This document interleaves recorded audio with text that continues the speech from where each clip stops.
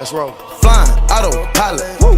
Don't need no stylist. No. Trapping while I'm driving. Park it on the island. Still form. Good evening. I am Nathan Goodnight with breaking news live from Daily News 8 Studios. The last passenger pigeon named Martha died at age 29 at the Cincinnati Zoo just moments ago. We interrupt this story with more breaking news. The Supreme Court ruled that false claims on medicines are only prohibited to the ingredients and not their effectiveness. The national government has recently been facing backlash due to the lack of regulation on these companies. With the rise of big business, the government has increasingly supported little regulation on the patent medicine industry. Journalist Samuel Hopkins Adams has uncovered corruption in the medicine industry. He writes about these issues in The Great American Fraud. APUSH News anchor Stephen Brown had a chance to talk to Samuel Hopkins Adams about the issues of the patent medicine industry. Right now it's 82 degrees in our fair city, and compare that to 48 degrees in the upper northwest and 38 degrees in the Middle East. What brought your attention to the problems of the patent medicine industry? Well, after graduating from college, I bounced around at a couple news corporations until I met my longtime friend and fellow Muck Raker, Ray Stainard Baker. We got into muckraking and focused primarily on the U.S. public health issues.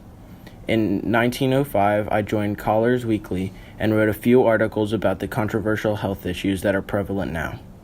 The 11 articles on The Great American Fraud, which exposed false claims of the patent medicine manufacturers. Recently, medicines have been damaging the health of patients who are deceived by misleading advertisements. I helped convince the Supreme Court to rule that false claims were only prohibited to the ingredients and not their effectiveness. After this interview, my life will go downhill because I will divorce my wife in 1907 and use my medical experience to write novels which will benefit society in no way at all. I will die of a heart attack in 1958 in South Carolina. We're becoming a drug-infested nation. Drugs are becoming cheaper than candy bars, and we're not going to let it happen any longer. Now Stephen Brown takes us to hear a witness's testimony who experienced this atrocity firsthand. Actually, my colleagues and I are outraged, so we have started to pressure the government to pass the Pure Food and Drug Act of 1906. This would require medicines to properly label their ingredients in order to avoid tragedies like mine. So if you viewers out there are sick of being lied to and want what you paid so much money for in this tough economic climate, go to your local government and show your support. Thank you for sharing your testimony. We stand beside you during this hard time. Nathan, back to you. Trapping like the narco. Got dope like Pablo. Cut throat like Pablo. Chop trees with the Draco. On the north got the Diego. This is going to become a major national crisis. Now Stephen Brown takes us to hear how a medicine factory owner views this situation. What do you think about the recent accusations on the patent medicine industry?